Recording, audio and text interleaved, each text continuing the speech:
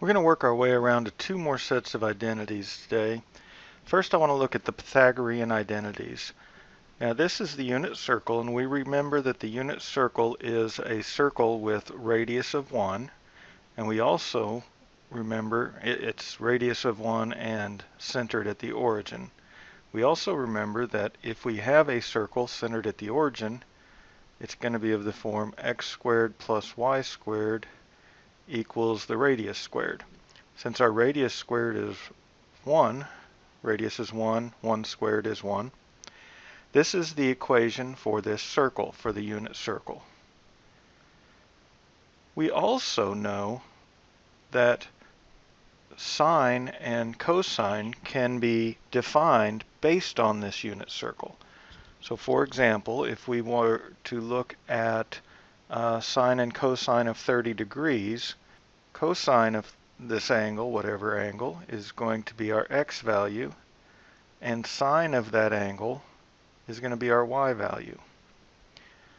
We can substitute sine and cosine into this function for the circle, and what that tells us is that this would be cosine theta, the quantity squared, plus sine theta, the quantity squared, equals 1. Typically we'll write the cosine and the sine more like cosine squared theta plus sine squared theta. Again, this means take the cosine of the angle and then square that answer. And just because I'm used to using sine more than cosine, a lot of the times you'll see me write it sine squared theta plus cosine squared theta equals 1. This is the first of our Pythagorean identities. There are two others, and to be honest with you, I don't typically memorize them. I haven't myself, because I can quickly derive them again. And so let's look at how we do that, and then you can decide whether to memorize the formulas or to just memorize this one and go from there. If we take sine squared theta plus cosine squared theta equals 1, and if we divide both sides by cosine squared theta, that gives us sine squared theta over cosine squared theta, cosine squared theta over cosine squared theta, and 1 over cosine squared theta. Cosine squared thetas divide out, and that just becomes a 1 in that term. And if sine theta over cosine theta is tangent, then sine squared theta over cosine squared theta is going to be tangent squared theta. And that gives us the relationship that tangent squared theta plus 1 equals, 1 over cosine squared would be secant squared theta. This is our second version of the Pythagorean identities. Again, it comes straight from the sine and cosine.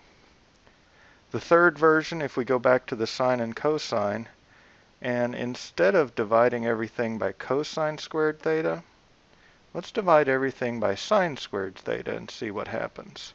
Well, sine squared theta divided by sine squared theta is 1, and cosine theta over sine theta is cotangent theta, so cosine squared theta over sine squared theta would be cotangent squared theta.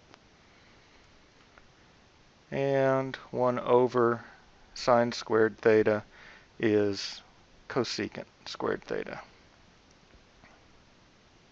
And that's the third version. Again, it comes directly from the sine squared plus cosine squared. So if you've got those memorized, you're in good shape. The other set of identities I want to look at come from this right triangle. We recall that sine of A in this case would be opposite over hypotenuse, so that would be A over C. But we also know that cosine of B, because if we look at it from B's perspective, little a is our adjacent and C is still the hypotenuse, so cosine of B is also going to be little a over C. Now we also can come up with a relationship between A and B. Since this is a right triangle, we know that A and B add up to 90. So if we wanted to, we could replace this B with 90 degrees minus A. And that gives us the cofunction identity. Sine of A is equal to cosine of 90 degrees minus A. And again, it comes from the fact that one angle's sine is the other angle's cosine. And this works for all the trig functions. We could say cosine of A equals sine of 90 degrees minus A. Tangent of A is cotangent of 90 degrees minus A.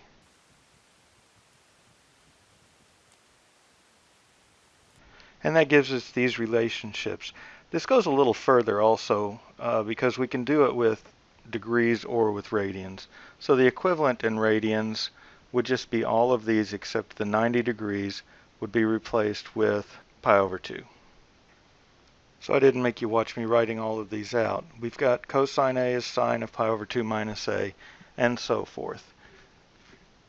Let's see how we can use these and how the homework uses these different identities.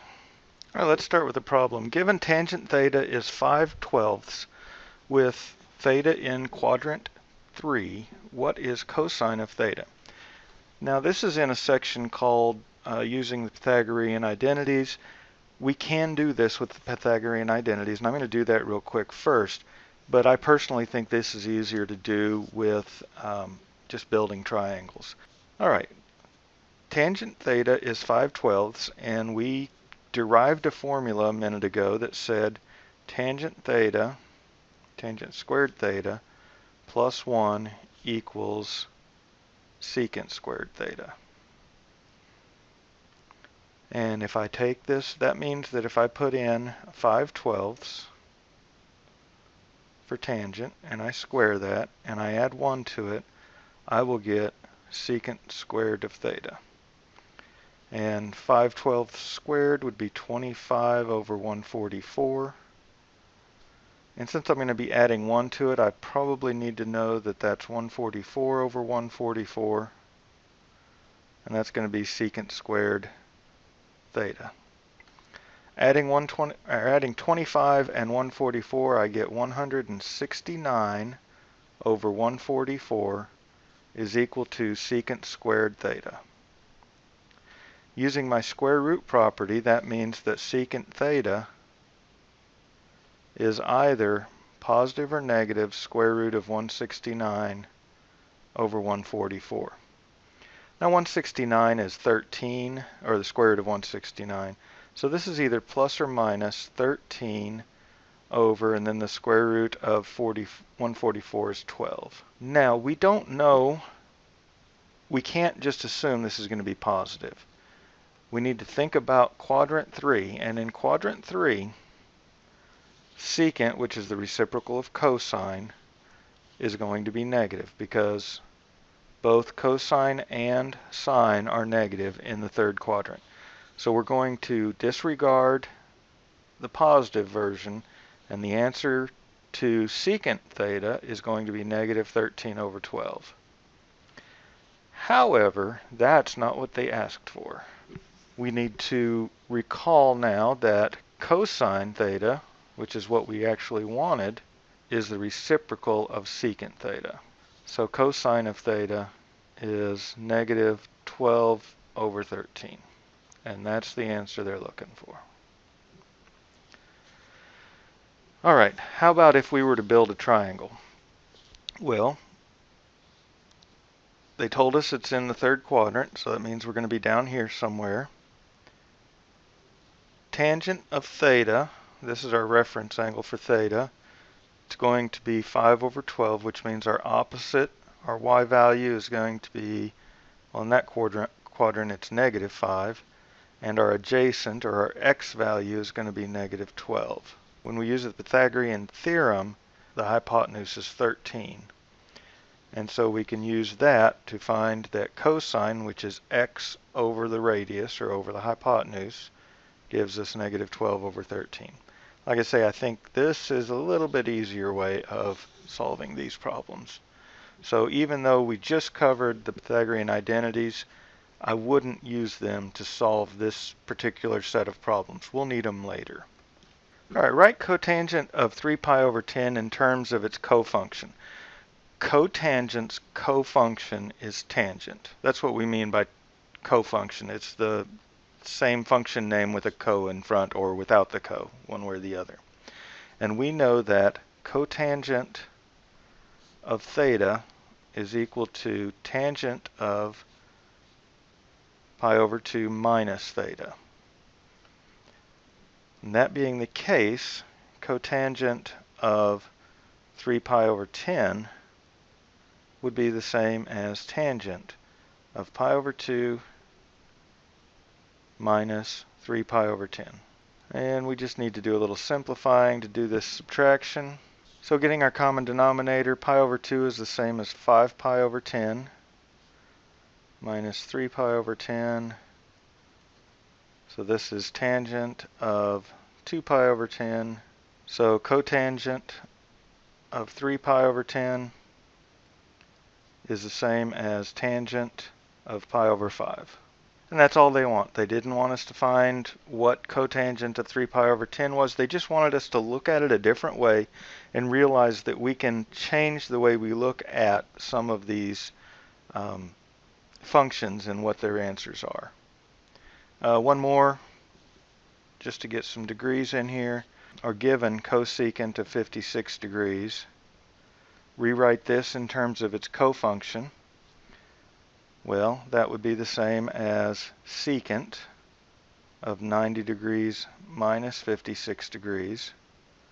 So this would be the same as secant of 34 degrees.